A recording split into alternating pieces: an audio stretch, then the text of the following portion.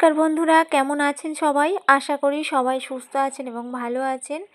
আজকে আমি কিছু ঘরোয়া টিপস নিয়ে এসেছি আপনাদের জন্য। কিছু ফেলে দেওয়া জিনিসের রিইউজ করে দেখাবো এবং খুব ছোটোখাটো জিনিস আমরা যেগুলো নষ্ট করে থাকি সেগুলোকেও কিভাবে আমরা পুনরায় ব্যবহার করতে পারবো, তো সেগুলো নিয়েই আজকের আমার এই ছোট্ট ভিডিওটি। আশা করি বন্ধুরা সকলকে আমার এই পুরো ভিডিওটাতে পাশে পাবো। তো চলুন শুরু করা যায় আজকের ভিডিওটি। আজকে প্রথম টিপসটি হলো যে আমরা কিন্তু বাজার থেকে প্রত্যেকেই চা পাতা কিনে আনি, কারণ প্রত্যেক বাড়িতেই চা কম বেশি হয়ে থাকে। আর কেউ প্যাকেট কিনি বা কেউ লুজ চা পাতা কিনে আনি, কোনো না কোনো চা পাতা আমরা ঘরে কিনে এনেই থাকি। তো সেই চা আমরা কিন্তু ডাইরেক্ট বানিয়ে থাকি, আর আমাদের শরীরে খুব ছোটোখাটো জিনিস দিয়ে রোগের বাসা বাঁধতে পারে। এই যেমন চা পাতাগুলো, ওর মধ্যে অনেক ধুলো চা পড়ে থাকে, যেগুলো চা হয়ে যাওয়ার পরে ছাঁকনিতেও আটকায় না, সেগুলো চায়ের সঙ্গে আমাদের শরীরে প্রবেশ করে, সেগুলো কিন্তু হজমও করা যায় না, তার থেকে কিন্তু শরীরে অনেক রোগ বেঁধে যায়।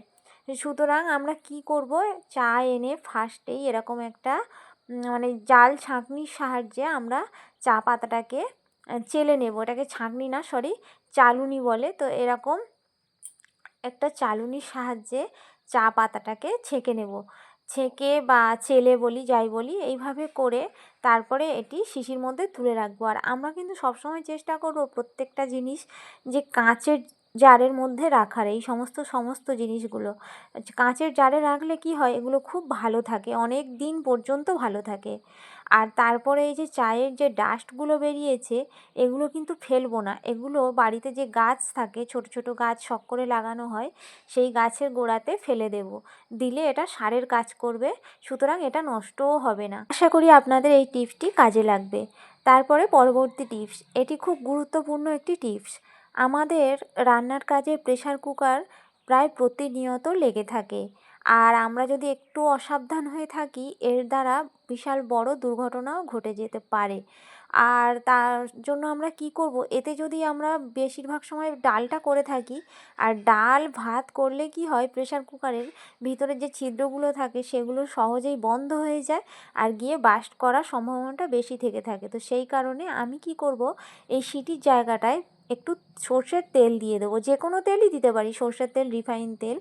তো সর্ষের তেল দিয়ে দেবো, আর গার্ডারের চারিদিকটায় সর্ষের তেলটা লাগিয়ে রাখবো, যাতে সহজে এর মধ্যে কোনো কিছু জাম না হতে পারে, কারণ তেলের মধ্যে কোনো কিছু সহজে জাম হয় না, এটা সহজেই ঠেলে বের করে দিতে পারবে।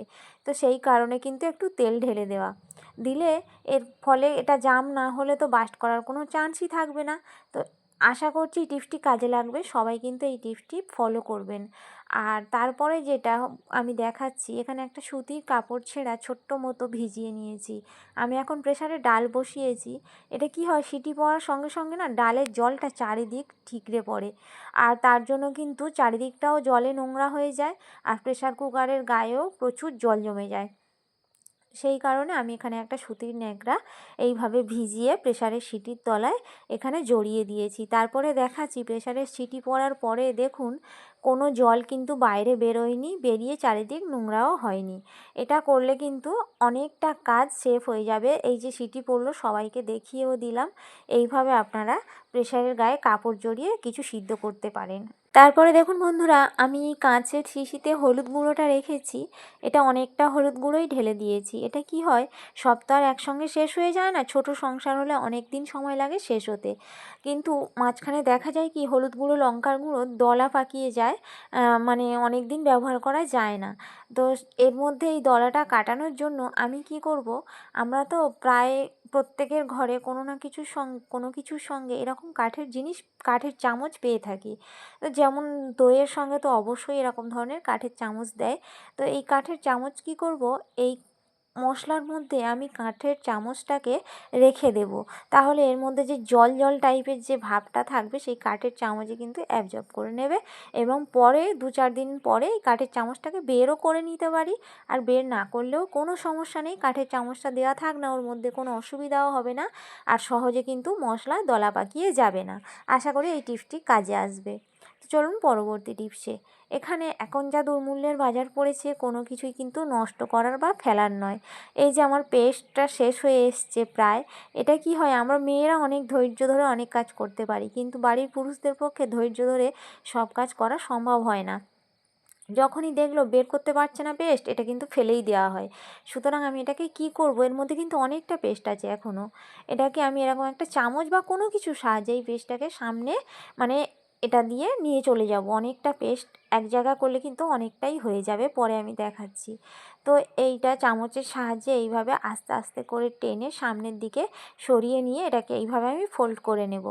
নিয়ে বাড়িতে তো অনেক জামা কাপড় মেলা কামড়ি থাকে বা এমনি চুলে লাগানো ক্যাচার থাকে, যে কোনো একটা কামড়ি ক্যাচার বলো যাই কিছু নিয়ে আমি এটাকে এইভাবে ফোল্ড করে ছোট করে নিয়ে সেখানে আটকে দেব। তাহলে কিন্তু যে পেস্টটা অবশিষ্ট আছে সেটা কিন্তু খুব সহজে বের করা যাবে। তো দেখতেই পাচ্ছেন কতটা পেস্ট আছে এর মধ্যে, এটা ফেলে দিলে কিন্তু এটা নষ্টই হয়ে যায়।